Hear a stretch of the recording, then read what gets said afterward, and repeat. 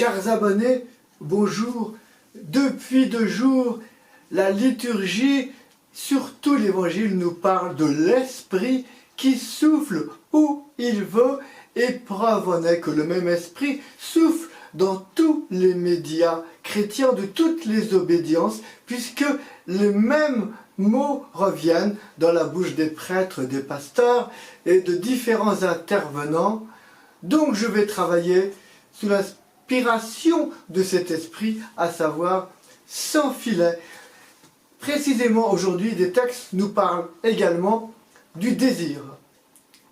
Le désir est ce à quoi a abouti le philosophe Maurice Blondel dans sa thèse « L'action ». Il a recherché longuement en lui quel était le moteur de toutes ces actions, et en allant de plus en plus en profondeur, il est arrivé à ce désir.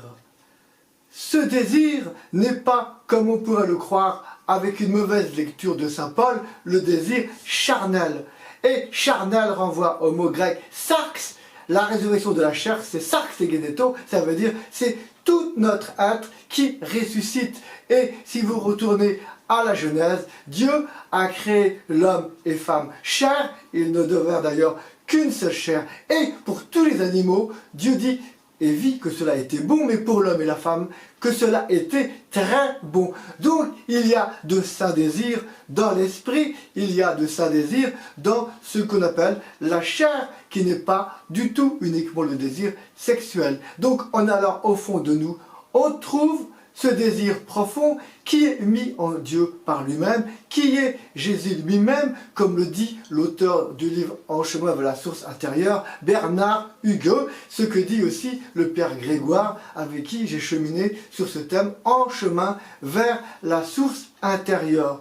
Donc, ce n'est pas comme on pourrait le croire, là encore dans une mauvaise lecture de saint François, qui dans sa prière demande que ma volonté soit la même que la tienne, Jésus. Il n'y a aucun effort, ce serait un contresens, parce que plus nous allons au fond de nous, plus nous trouvons notre désir le plus profond, qui est le même que celui du Seigneur. Et que veut le Seigneur? Une seule chose, lui qui n'est qu'amour, il veut notre bonheur, il nous connaît mieux que nous-mêmes, il veut notre bonheur d'une façon que nous-mêmes nous ne soupçonnons pas, d'une façon qui va être une coupe débordante, nous rappelle Jésus. Donc, n'ayons pas peur, c'est encore dans la liturgie, n'ayons pas peur d'aller au fond de nous et de trouver ce désir le plus profond. Et là, on rejoint saint Augustin, notre âme, notre cœur ne seront jamais comblés tant que nous n'irons pas au fond de notre désir, car c'est là que nous allons trouver le Seigneur lui-même et le désir du Seigneur. Désirer le Seigneur, qui va engendrer le même désir